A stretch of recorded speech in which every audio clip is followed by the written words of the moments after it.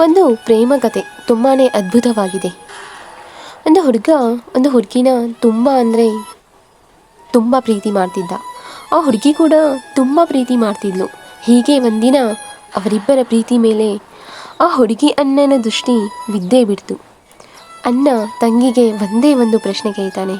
ಅದೇನೆಂದರೆ, ನಿನಗೆ ಅಪ್ಪ ಅಮ್ಮ ನಾನು ಬೇಕಾ, ಇಲ್ಲ ಈಗ ಬಂದಿರೋ ಅವನು ಬೇಕಾ ಅಂತ. ಆಗ ಹುಡುಗಿಗೆ ಏನು ಮಾಡಬೇಕು ಎನ್ನುವುದೇ ತಿಳಿಯಲಿಲ್ಲ.